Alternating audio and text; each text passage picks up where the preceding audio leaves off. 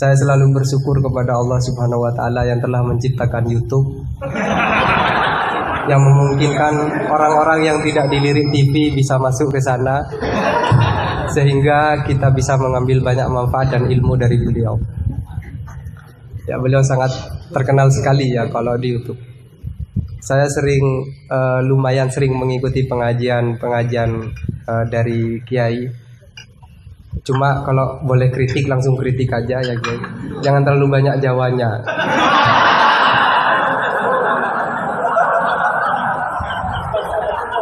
Jamaahnya sudah nasional. Ini negara mana? Ini bukan negara Madura ya. Dan setiap kali nonton YouTube, seringkali seperti kebiasaan para penonton yang biasa, yang lumrah, saya selalu biasanya melihat komentar-komentar duluan. Biasanya komentar orang bodoh itu jauh lebih mengasihkan daripada orang alim. Jadi sedalam apapun penjelasan dari Gus Baha atau dari kiai-kiai kita, tetapi kemudian dikomentari oleh orang bodoh di bawahnya, itu menjadi tiba-tiba sangat menarik, lebih menarik. Salah satu komentar yang saya ingat adalah penjelasan goblok gitu. Dan O-nya itu sampai 3 loh Gus. Selepas kasus Gus Wafik, katakanlah kalau itu kasus ya, itu kan langsung dikasih tanda silang. Nah konon berikutnya adalah kiai yang sedang hadir kita ini. Itu sudah siap diincar akan dikasih silang juga ya. Mudah-mudahan hafizahullah. Tapi semoga Allah selalu menjaga beliau, disehatkan terus, amin. Sehingga kita bisa banyak terus berdiskusi dengan beliau. Jadi tadi di WA itu beliau katanya mau hadir di sini dan saya kebetulan ditunjuk tolong jadi moderatornya katanya. Temanya apa? Temanya fikih dan tafsir. Saya takut kembali apa tafsir dan fikih. Takut ada bedanya. Tapi ngomong-ngomong Mahat Ali di sini jurusan fikih dan usul fikih. Tapi bagaimanapun saya persilahkan kepada Gus Baha untuk memilih tema suka-suka.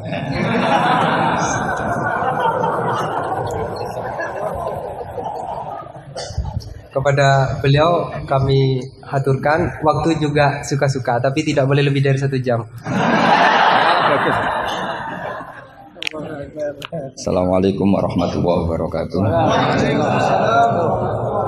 Rabbi zidni ilma warzuqni fahma amin ya rabbal alamin. Allahumma shalli wa sallim ala sayyidina Maulana Muhammadin wa ala alihi wa sahbihi ajmain amma ba'du. Ini para pengatur kiai yang semoga dimaafkan Allah. Karena ngatur kiai itu dosa gitu. Jadi kalau senang kiai itu wajib, tapi kalau ngatur kiai itu dosa. Jadi semoga ini dimaafkan sama Allah.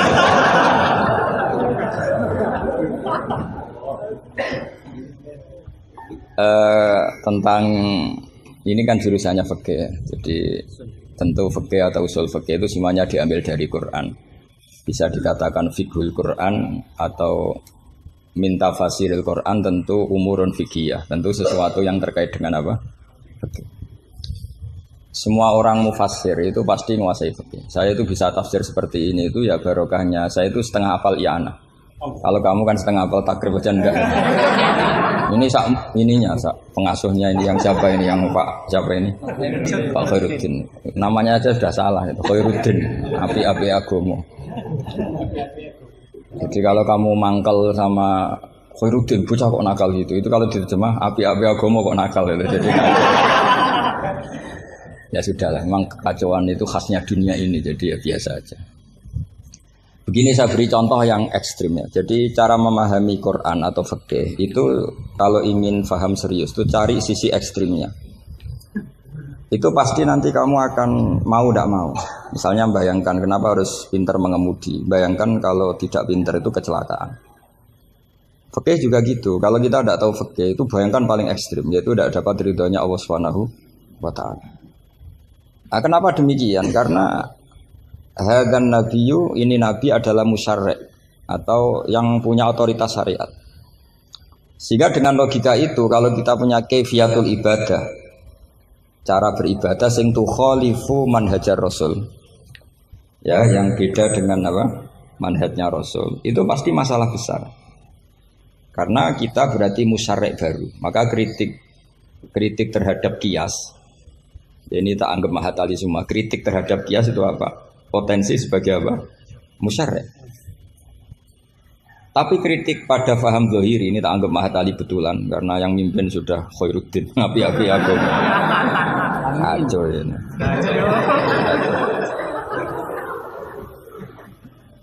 Jadi misalnya begini.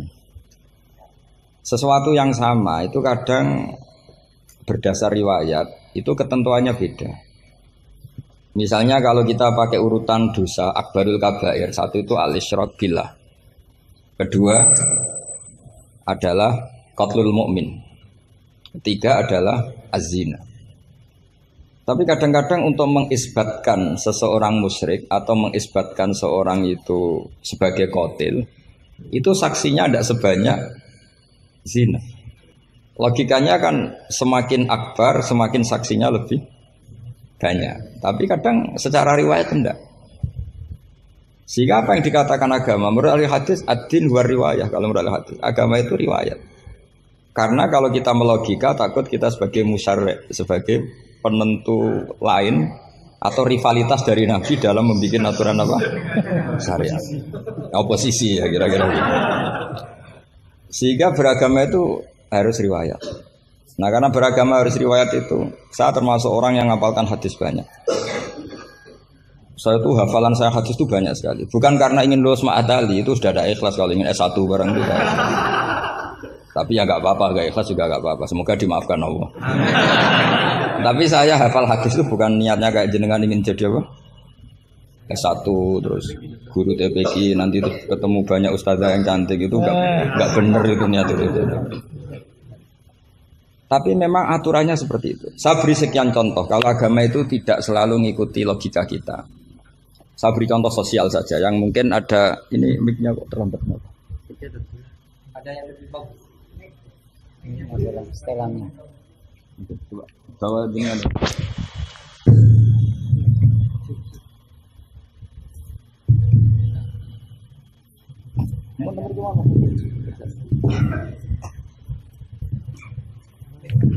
Please readingnya cepat.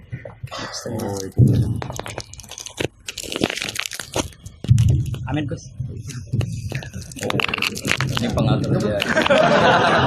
Ini ikhlas. Oh ini ikhlas katanya. Bismillah saya teruskan. Saya memberi contoh logika sosial karena ini yang paling mungkin dalam perdebatan ijtihad. Kalau ubudiyah kan kita sudah taslim ya, cara sholat pasti seperti itu. Tapi saya beri contoh sosial. Menurut Anda jujur itu baik apa enggak? Kita pasti mengatakan jujur itu baik. Tapi kebaikan jujur menurut agama itu harus berbasis halal dan haram. Begitu juga senyum, begitu juga komitmen. Itu setelah halal haram.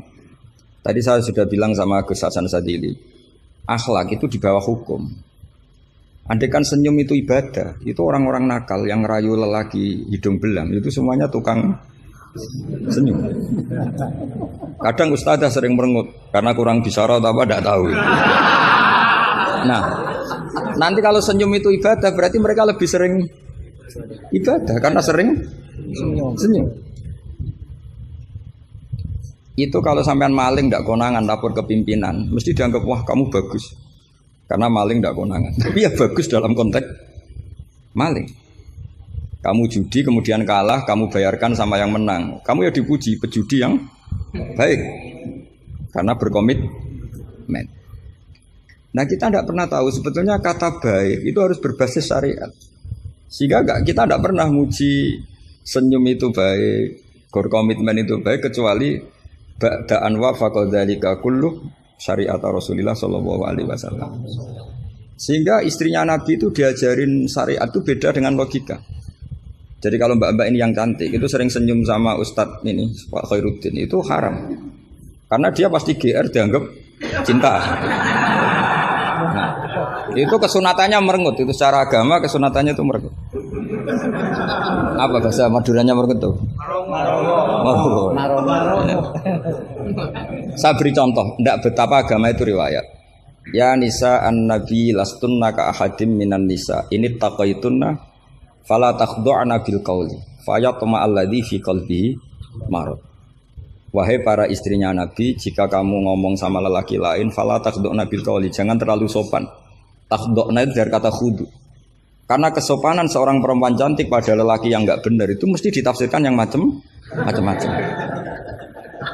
Jadi kalau mbak-mbak cantik bilang, monggo Pak Ustadz Khairuddin mampir ke saya. Wah pikirannya, meskipun Ustadz itu mesti pikirannya kemana-mana. Padahal tujuannya mbak-mbak itu mau tanya bab istikhadah. Tapi ini mesti nggak Khairuddin lagi pasti. Sudah agak-agak Saruddin. Sudah otomatis.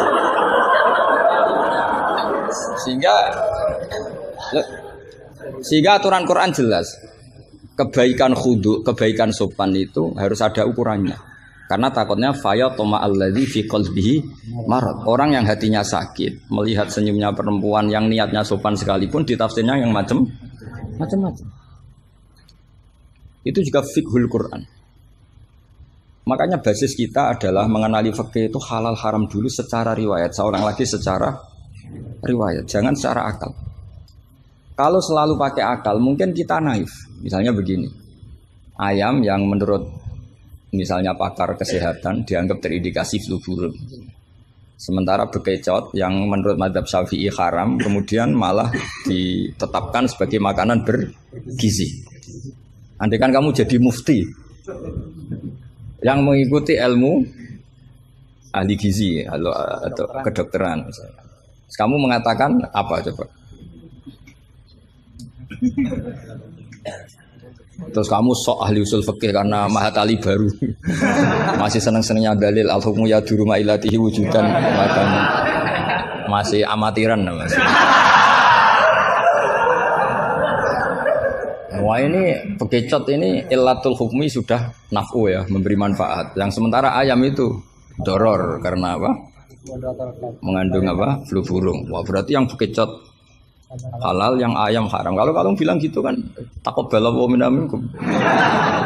Bisa dicorek dari daftar dai. Kalau saya seperti yang dikatakan MC, saya tidak pernah takut suatu saat tercorek apa tidak pernah takut. Karena kita sudah biasa belajar ilmunya wali. Artinya belajar ilmunya wali yang nomor satu cari ridhonya Allah. Saya tidak pernah ingin terkenal. Dan kalau saya terkenal kok termasuk dosa, yang dosa yang menterkenalkan karena saya tidak pernah. Jadi fahisabuhum ya alaihim bukan alayya. Kalau Allah mau menghisab ya yang kurang penggawean itu. Ya kalau yang saya ngajikan itu baik, yang dapat pahala yang terkenalkan itu. Karena mereka sudah tidak bisa dapat pahala lewat alimnya, ya sudah nge-share saja. Daripada niru alimnya berat ya sudah nge-share aja. Sehingga tadi saya sempat rembukan sama Gus Hasan Sadili. Kenapa Rasulullah itu ngendikan bu istul utammima makarimul akhlak. Makarimul akhlak itu mutammimah, penyempurna. Tapi setelah basis halal haram. Tanpa itu nggak bisa ada makarimul akhlak. Apa artinya senyum sebagai makarimul akhlak dilakukan fasikoh yang menggoda lelaki. Coba lembaga-lembaga rentenir itu yang cantik-cantik itu tukang senyum enggak? Tapi yang mulang di masjid ngobrai santri jamaah merengut. Berarti hadal ustad merengut. Padahal kata Nabi konsen senyum. Ini lembaga rentenir senyum. Terus pahalanya banyak mana? Maka ukurannya adalah halal haram itu dikawal dulu. Baru setelah sesuatu itu halal, baru senyum itu sunnah. Ya, tapi kalau halalnya saja tidak kena, misalnya perempuan penggoda, perempuan nakal, terus senyum, ya tetap tidak ibadah kan basisnya dari haram. Gak senyumnya MC ini, kan basisnya sudah ngatur dia itu haram. Itu haram.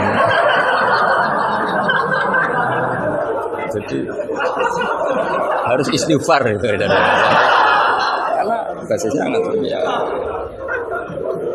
Coba kiai kok diatur, jangan harus ngisi jam sekian Gus. Ngatur orang tua dia itu nggak boleh. Nggak ada dalam akhlak apa taklim mutalim kiai boleh apa? Diatur nggak ada. Makanya ini sebagai percontohan. Saya tahu anak-anak di sini ingin ngatur saya habis isya. Tapi supaya kamu dosanya tidak kebanyakan. Terkiai. Nah, saya minta ngaji sekarang. Ternyata sampean nurut. Semoga ini kafarah. Nggak rileks saja karena khasnya ngaji santri itu rileks. Mulai dulu lama kalau ngajar tuh ya rileks. Saya masih ingat jawabannya Mbah Mun. Aku itu sering dikritik orang. Kata Mbah Mun, saya sering dikritik orang kalau ngaji itu guyon. Kamu tahu kan, Syekhina Kiai Mbah Mun kalau ngaji kan sering guyon. Banyak kiai khusyuk yang kritik saya. Kiai kok kalau ngaji guyon. Kata Mbah Mun gini, yang nggak bisa guyon itu karena ilmunya pas-pasan. Jadi melihat kitab itu sudah meruntus itu, sudah grogi. Jadi nggak ada waktu untuk guyon. Jadi roh kitab, apalagi dilihat orang banyak, ilmunya kan pas-pasan. Itu pasti nervous dulu itu. Jadi justru kiai guyon itu bukti alim karena masalahnya selesai. Lo coba kalau kamu udah alim ngaji, mbok ahli guyon kayak apa bisa guyon ndak? Oh meriang ini ya jibu taya jubu ini sudah pusing. Ini ala kulli mukallafin apa mukallifin sudah pusing lagi.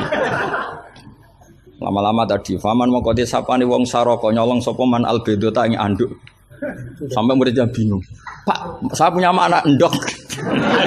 Karena ejaan Latin itu kalau tulisan pegon itu anduk sama endok itu sama. Dia bacanya albedo itu bukan endok tapi apa? Anduk. Terus kata kiainya karena gak mau kalah. Kan sama, nyuri telur ya haram, nyuri anduk ya haram. Karena gak mau kalah. Karena temanya mencuri apa? Mencuri endok sama anduk kan? Sama-sama haram. Yang repot walillahi mulkus samawati wal ardi, Allah punya langit wal ardi lan bom. Karena dia bumi, dia bacanya bom. Ketika diprotes ya sama. Langit dan bom kan ya sama milik Allah. Wah, ya repot. Ada orang seperti itu. Jadi untuk mengkaji fiqhul Quran itu pastikan status halal haramnya dulu. Tanpa itu basis makarimul akhlak tidak bisa. Seperti tadi, kesunatan senyum bagi seorang perempuan itu harus berbasis halal pada orang yang halal. Kalau ndak ya tadi fala takhdu'ana bil qauli fayatma alladzi fi qalbihi. Kalau istrinya Nabi saja punya aturan nggak boleh senyum-senyum baik-baik sama lelaki yang nggak jelas-jelas begitu. Apalagi yang nggak istrinya. Itu sudah tak tafsirkan. Dia tadi mbak-mbak yang senyum pada Ustadz Khairuddin mau tanya istikhadah tapi mesti GR-nya ini. Wah, berarti seneng saya. Itu kan parah. Ya. Itu fayat ma'alladzi fi qalbihi marad. Kalau marodunya santri paling banter ingin dinikah. Kalau marodunya orang nakal kan lebih dari itu keinginannya itu. Nah makanya ngaji fikih itu harus minimal itu ya mu'in, i'ana itu setengah hafal. Kenapa saya syaratkan setengah hafal? Kata ulama-ulama, belajar ilmu itu gampang. Kata beliau-beliau itu at-ta'ahul lil torfi, ya, belajar sebagian tapi sampai ta'ahul, sampai ahli betul. Semal ihtidak bibagihi. Kemudian dari kamu ahli itu pola-polanya akan kamu ketahui. Karena ilmu itu mesti polanya sama.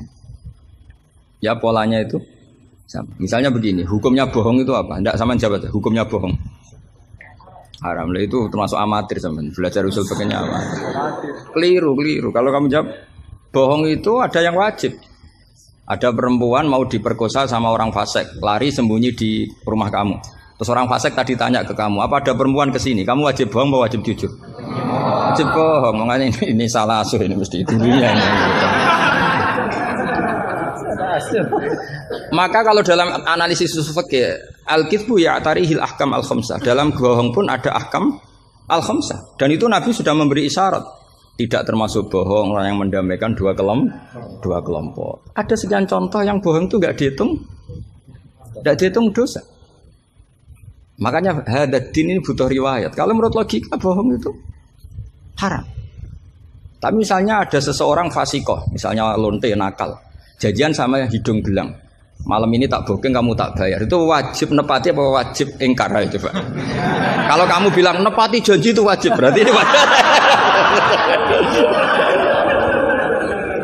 Maka saya bilang tadi saya bukan sama Gus Sadeli. Coba ajarkan bahwa baiknya nepati janji, baiknya senyum itu harus berbasis halal dulu. Kalau senyum yang melakukan perayu fasiko, ya jadinya haram. Nepati janji yang melakukan fasiko ya jadinya haram karena janjian untuk melakukan perzinahan misalnya. Lah ini kamu harusnya fikihnya Mahatali harus seperti itu. Jangan nurut Pak Khairuddin ini apa? Ini amatir. Masalah. Masa kenal saya baru ini sudah ngatur. Ini harus sepakat yang ngatur kiai itu dosa. Wong guru saya aja jarang ngatur saya kok orang lain ngatur. Itu Mbah Mun kalau nimbali saya mesti bahak takoki nak pas nganggur konrene. Ini ndak ngundang tanggalnya, jamnya diatur. Semoga Allah mengampuni.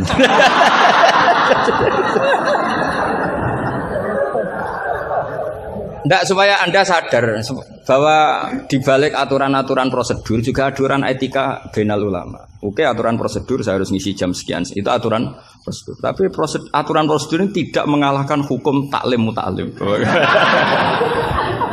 Makanya semoga ngerubah jadwal ini bagian dari kafarah ya. Amin. Saya teruskan ya. Jadi fikih itu harus Anda itu harus setengah hafal. Ya minimal takrib muin. Nah, barokahnya setengah hafal ini kamu punya basis. Basis kalau basisnya kuat nanti bisa ihtidak ila bagihi. Misalnya begini. Kalau kamu maknani qasrus salat itu apa? Coba. Enggak jawab saja. Meskipun amatir jawab saja. Qasrus salat. Apa gurunya yang tak tanya? Nanti kalau enggak tahu malu kan. Ya kalau murid enggak benar kan pantas. Meskipun nanti enggak benar saya nyalakan gurunya juga. Coba jawab qasrus salat itu apa coba? Loh iya, maksudnya gimana? Dari 4 menjadi 2. Kalau dari 3 enggak kan? Dari 2 enggak bisa. Itu pengetahuan standar ya. Pengetahuan standar. Amatir masalah. Tapi cukup lah. Cukup untuk ngelamar anak Pak Kaji itu sudah.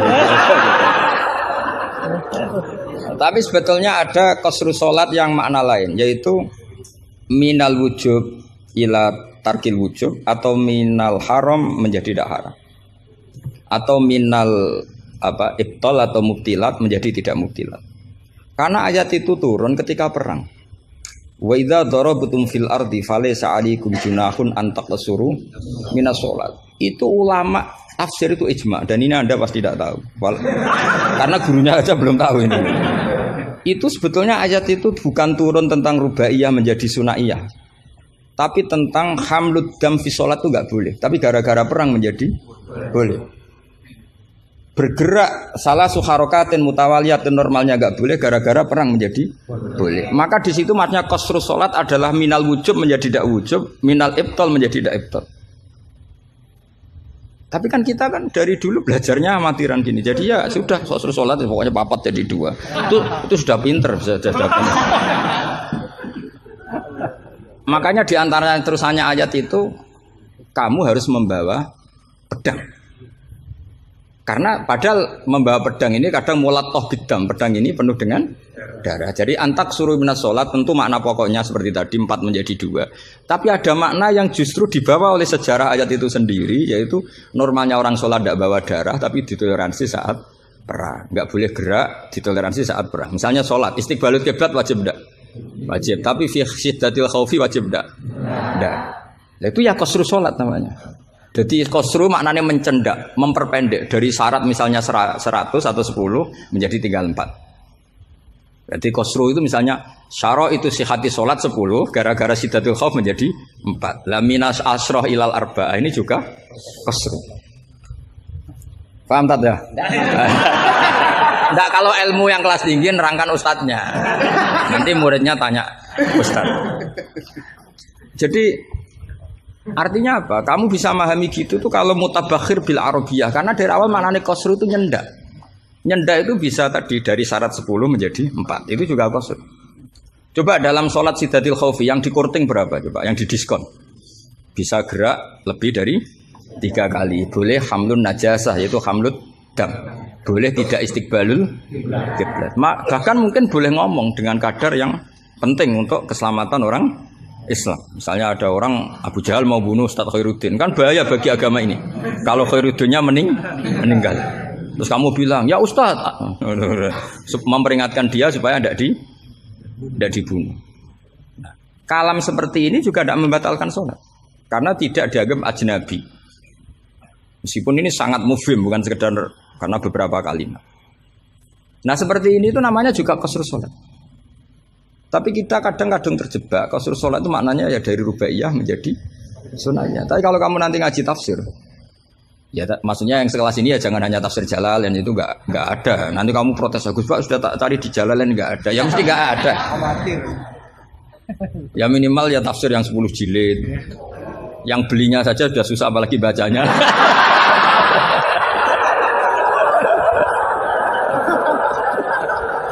Ya kan yang belinya aja sudah susah apalagi bacanya. Tapi kan sekarang ada.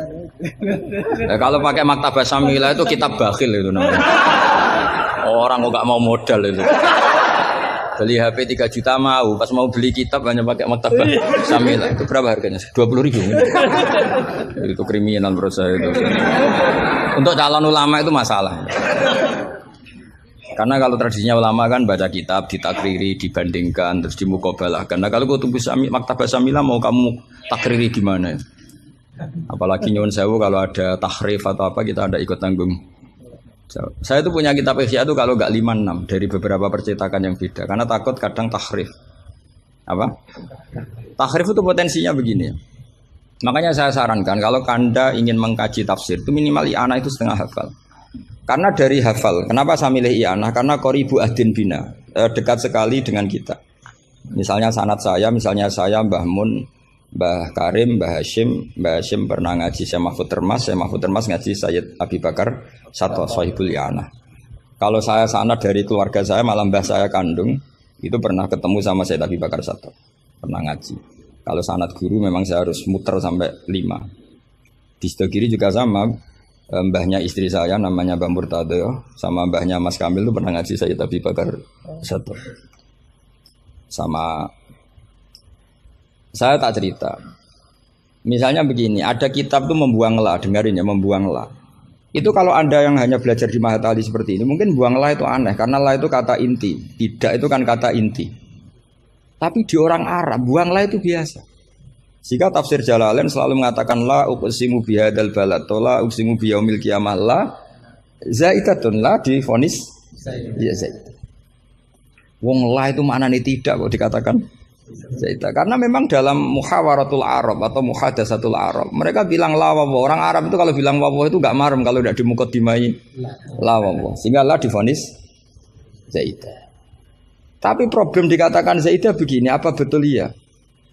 Karena kebalikannya juga ada. La itu ada tapi di lafadz tidak ada. Maksudnya di lafadz tidak tertera.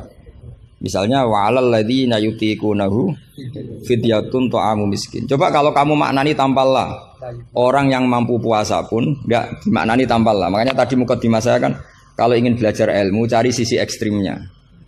Misalnya kalau kamu kangkang itu jelek, bayangkan kalau untuk cah jelek, tahu-tahu anak kamu jelek banget gitu. Itu kan cari sisi ekstrimnya. Itu kan tahu-tahu anak kamu nyesal punya bapak dan ibu kamu. Karena sebagai pesek keriting, bojomu ya pesek keriting, semua anakmu kayak orang Afrika.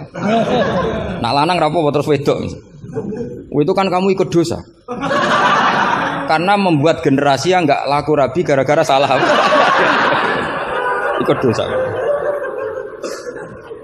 Makanya sebetulnya kalau nuruti logika cawe wedok untuk cah lanang elek agak sunat karena nolong merubah. Agak sunat sebenarnya. Tapi bisa saja cowoknya ini yang haram karena memperburuk. Karena biasanya kalau yang sahabatnya besar itu yang jadi. Karena yang wedok cantik, yang lanang jelek kan yang semangat yang lanang. Biasanya anaknya mirip bapaknya. Nah, itu masalah kan? Enggak. Itu kalau menurut di fikih itu logika. Tapi fikih kan enggak logika juga apa? Riwayat. Saya teruskan ya.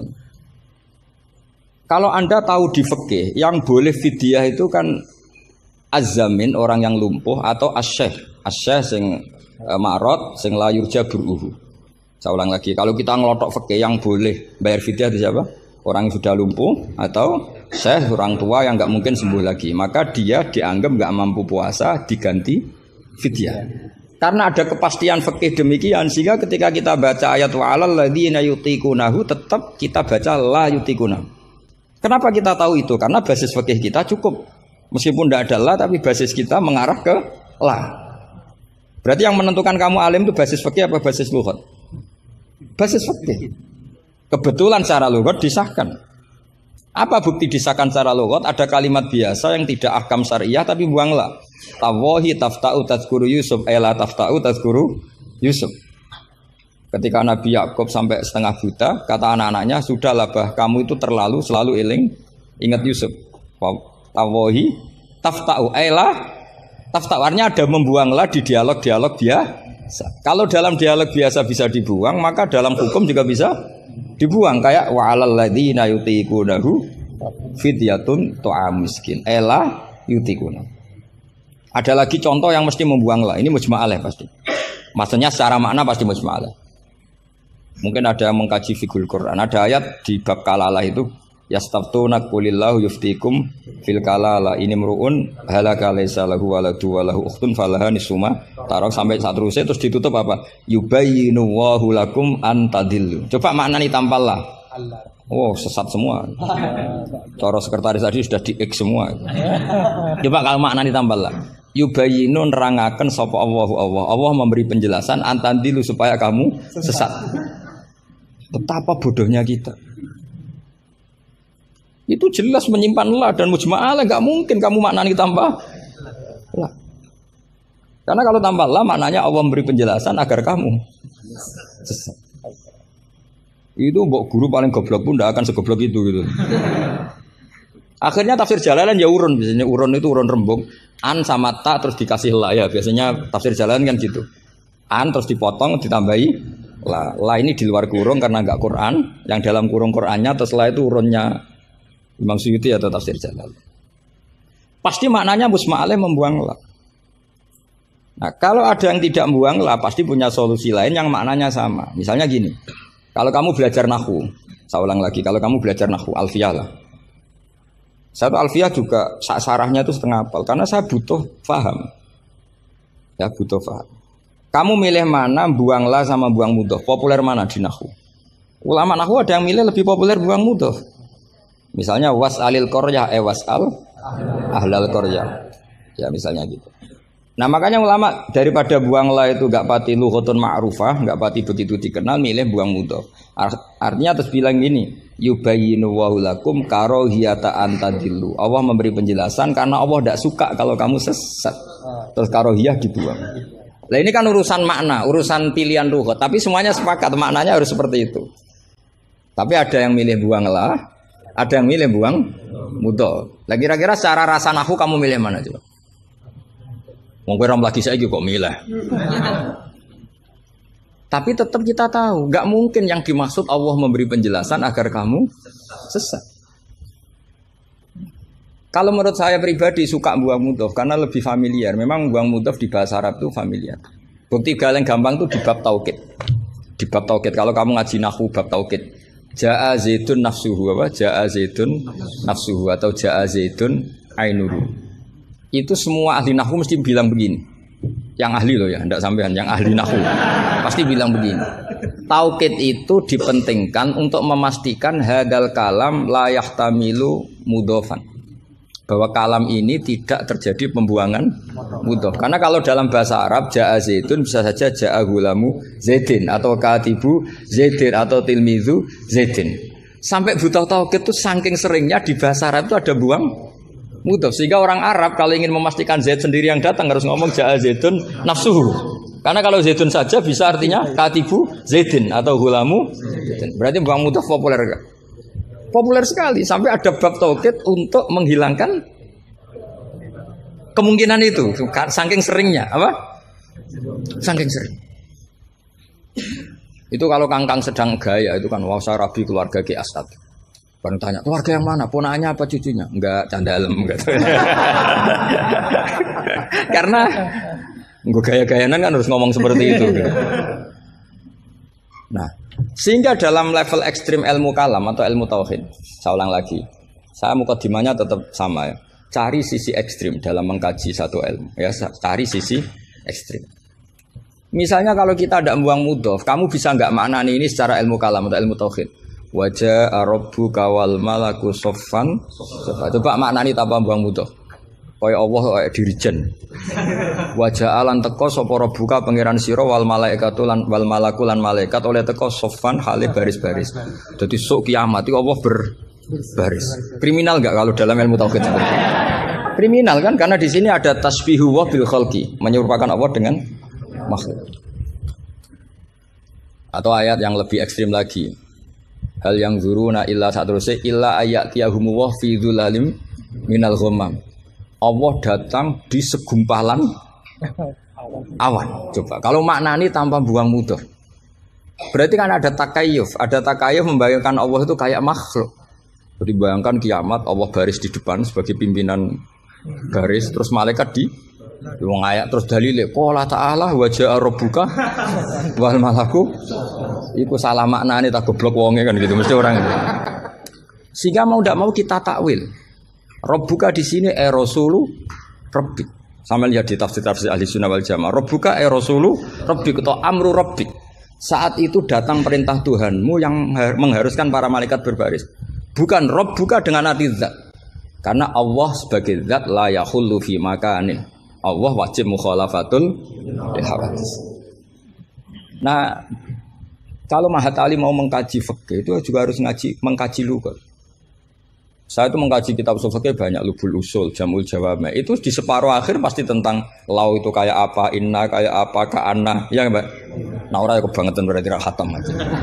Karena nggak bisa kita mengkaji usul fikih tanpa tahu aturan-aturan lugat, karena ilmu itu didapatkan dari Quran dan Quran adalah wa innahu latanzilu rabbil alamin nazala bihir ruhul amin ala qalbika litakuna minal munzirin bilisanin arabi mubin. Jadi hadal Quran alisanul arabi. Kamu enggak tahu lughat enggak bisa. Makanya pernah ada khotib amatir, yang tentu khotib ini amatir. Kalau ketemu saya pasti tak PHK atau tak penjara lah. Bukan sekedar tak PHK tapi tak penjara. Itu ada khotib amatir mendalil ketika khutbah. Yaitu dia mungkin saking gobloknya atau khotib pesenan karena nggak tahu lah pokoknya. Atau ya baru habis dimari istri jadi goblok. Karena penyumbang kegoblokan para kiai itu istrinya kan.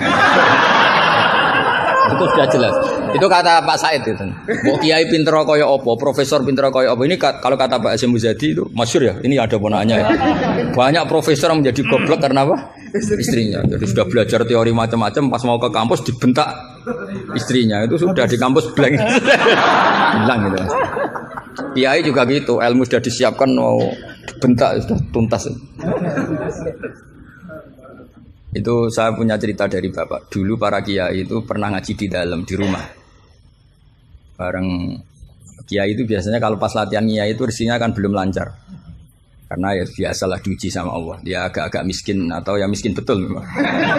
Itu istrinya kan marah-marah. Ya, karena ngajinya di rumah itu sampai istrinya santrinya itu dengar. Yus kono anakmu pakani kitab. Maksudnya itu. Wong wayahe blonjo kok tetep ngaji gitu. Akhirnya terus kiainya bilang, "Wis ngaji ning pondok, ngaji ning pondok." Jadi kiai ngaji di pondok itu karena tragedi itu awal. Itu awal peralihan dari rumah ke pondok. Semenjak itu kayak jadi mujma'ah kalau ngaji di pondok saja. Ya, karena itu tegangannya lebih aman. Jadi kalau ada kiai kok berani ngaji di rumah jam belanja, apa? Kalau habis sisa enggak keren. Karena istri sudah mandi, sudah aman semua. 6:30 pagi. Jadi kalau ada kiai berani ngajar di rumah jam-jam belanja itu tak puji. Apalagi berani di istri kedua, oh tambah hebat. Tambah hebat. Ada yang berani? Terus nggak ada masalah? Apa ada masalah disembunyikan? Banyak, pasti banyak. Saya teruskan. Di sini ada yang hafal Quran santri kamu? Ada. Gurunya hafal nggak? Itu masalah. Bid'ah itu termasuk.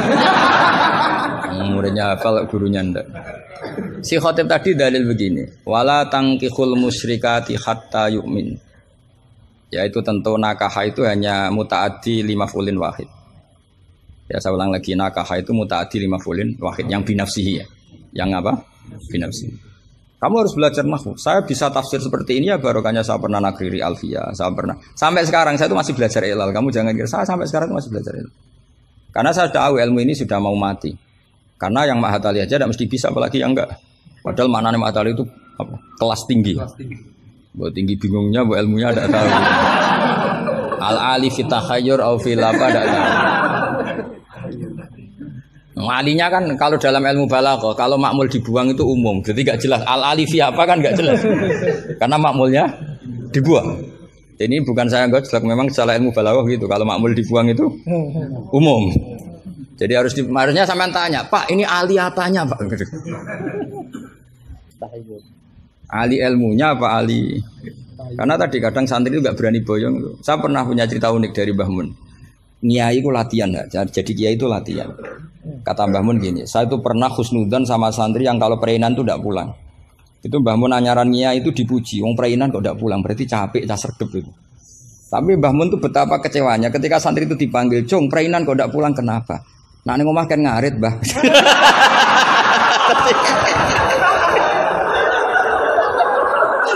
Jadi artinya Mbah Mun tuh kecewa karena husnudzonnya itu enggak tembus gitu.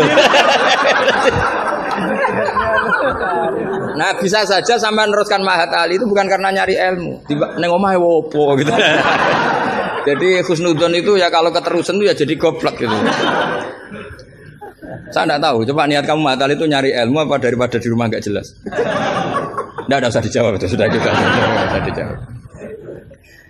Ya, wala tangkihul musyrikati hatta yu'min. Terus wala amatum mu'minatun khairum min musyrikati walau ajabatkum.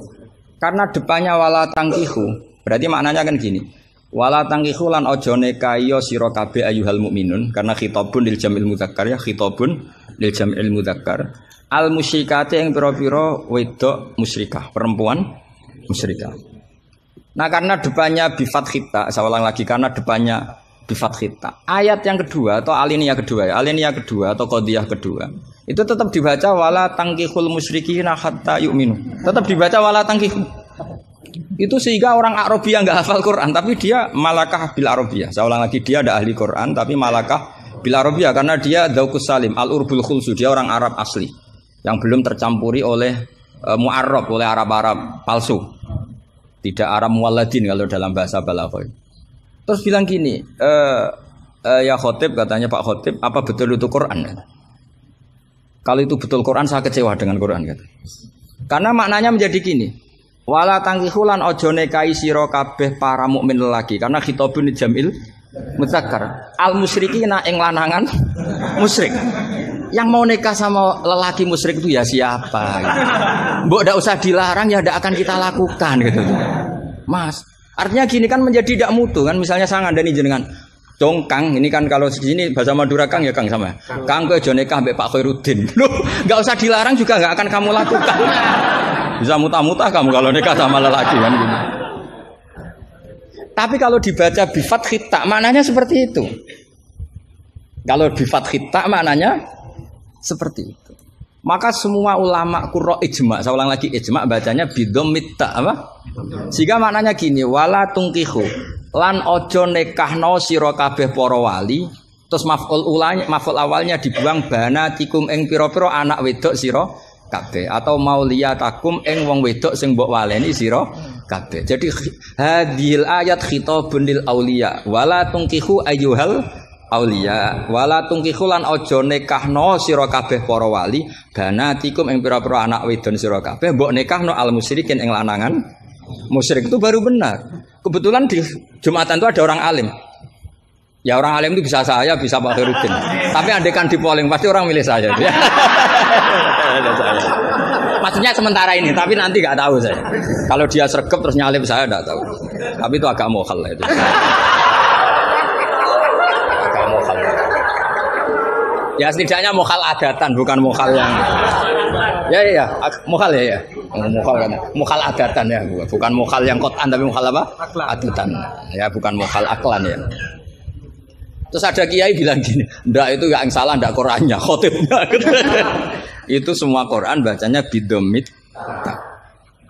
Maka kalau sampean mengkaji Quran itu harus seperti ini, cari sisi ekstrimnya. Betapa fatalnya kalau kita salah harokat. Tapi dengan membayangkan gitu kan, tapi salah harokat kan buruk betul gitu, karena maknanya jadi parah ya, bisa berubah. Sehingga kita lah, tapi karena orang kadang wala tangihu itu bi fathita terus belakangnya ikut dibaca wala tangihu. Coba kalau kena adzauqus salim minal urbil khulsi, orang Arab yang masih murni itu eskal betul. Karena maknanya menjadi dan jangan kalian menikah sama lelaki musyrik. Gak usah dilarang ya. Ya gak akan terjadi. Nah terus kembali lagi ke fikih. Jadi pastikan fikih dulu. Nah kalau fikih sudah dipastikan, kamu baru tahu tentang lughatul Arabi atau istimalul Arabi atau al-lughatul Arabiyah. Tapi saya bahasakan lisanul Arabi. Saya beri contoh terakhir. Ini kan kebetulan tidak dibatasi. Kalau saya dibatasi saja mau mengakhiri ini, saya biasanya kalau ngisi ya 35 menit. Ini tinggal 5 menit. Ini terserah ustadznya, ada sesi tanya apa enggak. Kalau ada sesi tanya, resikonya yang goblok kita goblokin. Itu resikonya. Kedua, gurunya rata tanggung jawab. Nganti takok ngenteni ngundang kiai. Karena gurunya nakalan, belum dicucuk, belum dihormati, tapi kalau ada muskil nyewa kiai. Itu min sui adabi. Pasti guru yang enggak baik. Dicucuk mau, dihormati mau. Ketika ditanya, doa Gus Pak aja. Itu ndak akhlak yang baik. Itu ndak akhlak yang baik. Lo tanyakan siapa saja itu akhlak yang enggak baik seperti itu, ndak akhlak yang baik. Tapi kalau akhlak enggak baik itu kita ikhlaskan terjadi ya monggo. Tapi saya maafkan tadi. Begini misalnya. Pastikan bahwa hukum fikih ini kan apa? Jurusan kamu kan fikih wa usuli. Dan katanya tadi fikih tafsir. Saya pastikan tafsir itu gampang. Pastikan kamu tuh alim fikih. Ya tadi minimal itu setengah hafal ya. Tidak harus hafal betul, tidak mungkin. Nah, potongan sama itu tidak mungkin. Setengah saja. Ini bukan suudan, bukan suul yakin. Bukan suul yakin. Kalau suudan masih baik, ya. Suul yakin. Loh sama tidak usah tersinggung, biasa aja. Wong saya hanya ngomong, hati saya tetap husnudzon. Bedanya ulama sama enggak gitu. Ulama itu rileks tapi hatinya salimal qalbi, salimas sarirah. Kalau orang munafik lisannya bagus tapi hatinya jelek. Jadi kalau saya lisannya bagus, terlalu bagus malah bahaya. Karena khasnya orang munafik tuh lisannya bagus. Wah, saya ngawur itu masih ada ilmunya.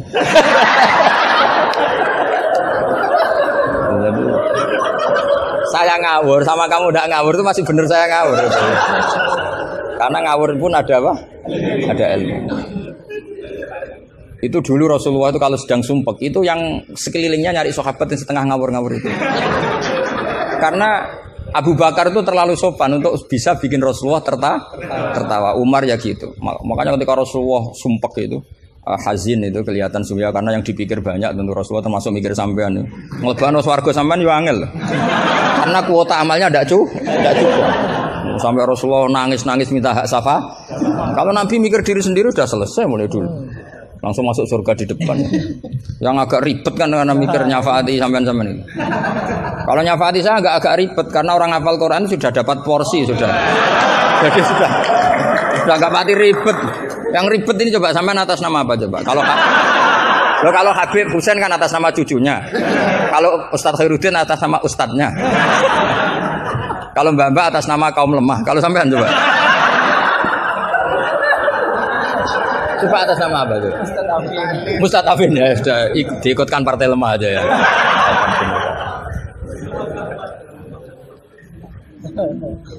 Saya teruskan ya. Pastikan hukum itu secara fikih. Apa? Kalau secara fikih kamu sudah hafal, nanti menakwil Quran, takwil itu bisa maknanya tafsir, bisa maknanya tahmil. Nanti saya jelaskan. Itu pasti gampang. Misalnya begini. Muharramatun nikah itu ada berapa coba? Kan ada 7 yang bin nasab. Ya muharramat itu kan ada 3 sebenarnya. Muharramat bin nasab jumlahnya berapa? 7. Ada muharramat birrodho jumlahnya juga 7. Ada muharramat bil musaharah karena bisanan. Ya karena apa? Terus yang terakhir ada haram min haitsul jam'u tapi tidak min haitsun nikah. Ya haram min haitsul jam'u tapi tidak haram min haitsun nikah. Kayak kamu nikah mbaknya otomatis nggak boleh nikahi adiknya selagi masih sah dengan mbaknya. Makanya nunggu mbaknya mati jadi urusannya. Itu kalau mbaknya mati betul nggak tahu saya itu. Semoga nggak karena apa-apa takdir. Tapi kalau adiknya cantik, mbaknya jelek kok mati dulu. Itu kasat reserse bisa nyelidiki itu. Ya itu ya kita pastikan begitu dulu. Ya itu pastikan. Sehingga kamu hafal muharramat bin nasab kalau menurut bahasa Arab itu ada 7. Yaitu siapa? Ummahatukum hurimat alaikum ummahatukum wa banatukum wa akhwatukum wa ammatukum wa kholatukum wa banatul akhi. Jadi kalau orang Arab bilang itu 7. Tapi kalau orang Jawa cukup 4. Apa? 4. Karena orang Jawa hanya ngitung ibu, putri, saudara, bule hanya 4. Karena orang Jawa bule dari bapak atau ibu namanya juga bule. Kalau orang Arab bilang dari bapak ammah, dari ibu khola, maka menjadi 5. Orang Jawa hanya bilang keponakan, apa? Keponakan. Orang Arab bilang banatul akhi, banatul ukhti. Jadi kalau orang Jawa bilang lebih simpel karena ammah sama ya karena sama ammah sama khola dihitung 1 ya kan? Bule, ponakan dihitung 1. Sementara di Arab dihitung 2. Terus rodok, terus tadi musoharo. Terus min haisul jam'u. Kita ketika ngaji taktib, jam'u itu diteruskan. Tidak sah menjam'u baina mahromaini. Tidak diresaksikan bainal ukhtaini, tapi baina mahromaini. Tidak boleh menikahi perempuan yang ada hubungan mahram. Pengandaiannya gimana? Imro'atani sing lau furidot ikhdahuma dzakaron, tidak boleh nikah. Jadi yang dikatakan 2 mahram apa? 2 perempuan yang andekan salah satunya lelaki tetap haram nikah. Berarti misalnya apa? Mbak sama adik, andekan salah satu lelaki kan nggak boleh nikah. Keponakan sama bule, andekan sang satu lelaki kan nggak boleh nikah. Perempuan dengan mbahnya, andekan salah satu lelaki kan nggak boleh nikah. Nah, tapi Quran hanya ngendikan wa antasma'u bainal ukhtaini illa ma qad salaf. Tidak boleh mengumpulkan 2 saudara. Andai kan Anda terjebak tekstualistik, maka Anda hanya mengharamkan jam'u bainal ukhtain. Dan itu bahaya betul secara fikih, kriminal besar. Karena kamu berarti menghalalkan orang menikahi perempuan berbarengan dengan bulenya. Kadang kan bulenya juga masih cantik. Ya, atau misalnya yang kamu nikahi umur 17, 18, bulenya umur 30. Terus cantik bulenya. Terus bulenya sekalian gitu. Atau nikahi bulenya terus ponakannya cantik. Kalau sama banyak kayak enggak ya. Kan 17 versus 70. Jadi enggak usah dilarang, kayaknya keterlaluan lah, bayangkan apa? Al jam'u bainal mar'ah wa jaddatiha. Itu nunggu kelainan maksudnya itu. Nah, pertanyaannya begini. Kalau Anda tidak mahir bil fikhi, saya ulang lagi, Anda tidak mahir bil fikhi, maka ayat wa antasma'u bainal ukhtain termasuk ayat muskilah. Atau Anda tidak mahir bil fikih, bahkan Anda ifta secara menyesatkan. Yang haram itu jam'u bainal ukhtain karena itu yang mansus di Quran. Kalau bainal mar'ah wa ammatiyah enggak ada di Quran, wa kholatiyah enggak ada. Itu sesat dan sesat. Itu wajib diboyong kalau pondok sini. Wajib diboyong dan harus enggak dapat tiket ke surga itu. Kecuali tobat ya tentu, kecuali itu. Maka ajaran kita enggak boleh orang terjebak tekstualistik, harus ada ilmu usul fikih. Nah, barokahnya kamu hafal fikih tadi, maka ayat wa antasma'u bainal ukhtain kamu fikih ini min itlaqil ba'di wa iradatil kul. Jadi ketika Allah mengatakan ukhtain adalah melafatkan ba'dun min afrodil muharramat, tapi wa iradatil kul. Jadi ukhtain bukan dengan makna 2 bersaudara, tapi fardun min afrodil jam'i bainal muharramat. Dong ya. Ya sudah. Jadi coba, artinya kamu bisa maknani itu karena kemahiran dalam fikih, sehingga tidak terjebak bainal ukhtain. Makanya zaman Nabi Sugeng itu sudah menambahkan wala bainal mar'ati wa ammatiha, wala bainal mar'ati wa kholatiha. Tapi Nabi memang enggak menambahkan wa jaddatiha. Karena Nabi tadi itu tahulah kalau itu hanya orang enggak waras yang bayangkan. Kan enggak usah dilarang juga pasti orang enggak akan melakukan itu. Kan misalnya yang kamu nikah kan rata-rata umur 20, mbahnya umur berapa coba? Ya sudah 70 kan? Enggak usah dilarang juga agak kebayang kan? Ya nunggu gak waras dulu kalau sampai kepikiran nikah ibahnya juga itu. Jangan mukalaf ini katanya. Nah, jadi saya ulang lagi ya, kalau kamu ingin mengkaji apa? Tafsir ya, pastikan fikih itu ngelotok andori kolbi. Sehingga lafat-lafat yang meskipun muhim itu memberi salah cipta. Cara kiye kan ini apa kalau muhim? Kayak Jawa maknane muhimun, lafat sing maringi salah cipta. Lafat yang zahirnya itu memberi salah paham. Muhim itu dulu. Ya kayak tadi loh, wa antas ma'um bainal ukhtain kan hadil ayat tuhimu seakan-akan yang haram itu hanya jam'u bainal ukhtain. Itu apa kalau bahasa Madura? Apa? Itu bahasa Indonesia, enggak bahasa. Itu bangsa Indonesia, ada bangsa Madura yang menurut bangsa Madura. Kalau tadi makna bangsa Indonesia bukan. Pokoknya seperti itu. Jadi kepastian, makanya menurut saya tradisi guru-guru kita ya mulai Mbah As'ad, mulai sekarang ada Gus Azaim, mulai dulu ada semuanya lah, ada Gus Fawaid. Tradisi guru kita ini sudah benar. Orang itu nggak boleh belajar tafsir Jalalain sebelum belajar mabadi fikih, pesolatan, sulam taufik, sulam safinah. Sekarang itu termasuk minal fitan besar, termasuk fitnah besar sekarang. Orang belum belajar apa-apa langsung belajar tafsir. Saya ini kecelok ahli tafsir, tapi belum pernah saya baca tafsir secara masif. Saya tiap ngajar tafsir pasti ngajar fikih. Saya sampai sekarang masih ngajar Muhadzab, ngajar Fathul Wahab. Bahkan kitab terkecil fikih pun saya ajarkan, yaitu Sulam Taufik. Saya ngaji tafsir hanya 2 minggu sekali. Itu pun saya mesti ngomong fikih. Karena takut tadi. Takut orang-orang itu hanya ngomong tafsir dan ngomong apa? Fikih. Itu termasuk ngaji khasah tafsir itu mesti ngomong fikih. Bahkan Pak Quraisyihab, Profesor Quraisyihab mengkagumi saya dari segi saya selalu ngomong fikih. Karena tadi gak kebayang tafsir ini kalau gak dikawal fikih. Coba misalnya kalau wa antas ma'u bainal ukhtain, terus kamu secara lama bilang, oh ini jelas Allah hanya mengharamkan bainal ukhtain. Kalau boleh kan ya masih cantik. Waduh. Itu kalau saya jadi kiainya, saya langsung sujud sama Allah, ya Allah jangan kasih tiket surga. Bukan sekedar tak boyong. Kalau tak boyong masih bagus.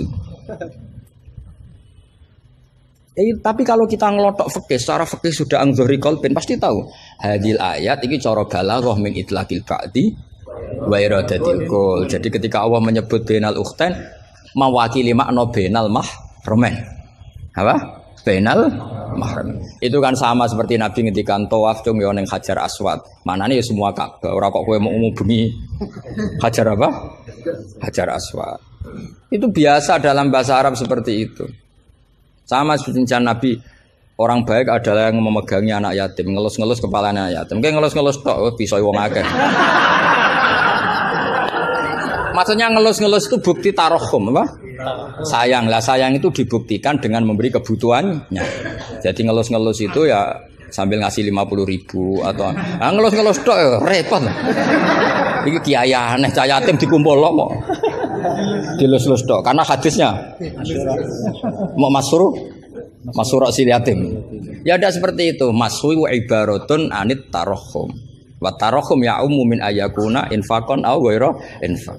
Ya harus seperti itu mau tidak mau. Kan makanya terus di pondok-pondok diajarkan balaghah. Kalau nggak diajarkan balaghah repot. Coba kalau kamu nggak ngaji balaghah, ayat ini makna nih, arah kamu masuk neraka, tak jamin masuk neraka. Nanti tak pesankan Imam siapa? Malaikat Malik ya, bagian ngurusin neraka. Suruh mendaftar di depan gitu kan. Coba kamu maknani tanpa balaghah. Yukhadi'una Allaha wa huwa khadi'uhum coba. Yukhadi'una bodoni sapa wong akeh Allah ing apa. Wa huwa lan utai Allah yukhadi'um bodoni mereka ya coba. Wah, tadi mereka menipu Allah apa balas? Kan kacau kan. Seperti itu ulama balaghah sepakat ini mimbabil musyakalah apa mimbabil musyakalah karena mereka menipu Allah maka musyakalahnya dikatakan wahwa khadihum tapi dengan makna yang berbeda. Jadi maknanya wahwa Allah khadihum yang membalas tipuan mereka. Padahal kata membalas itu udah ada di situ. Tapi kalau kamu maknani khadihum dan Allah menipu mereka berarti kamu nyifati Allah sebagai itu kafir berat itu. Bukan kafir ringan itu. Nah makanya kalau kamu mau belajar balaghah cari sesi ekstrimnya. Betapa bahayanya kalau tidak belajar balaghah maka wahwa khadihum kamu akan salah makna. Juga begitu juga di wa antas ma'u bainal. Jadi kembali ke depan bahwa kita kalau mau mengkaji ilmu itu cari sisi ekstrimnya. Supaya kamu tahu betapa bahayanya kalau tidak menguasai ilmu itu. Pasti apa fasuilu fa'aftu bi ghairi ilmin fadallu. Waduh. Ya sekian, assalamualaikum warahmatullahi wabarakatuh.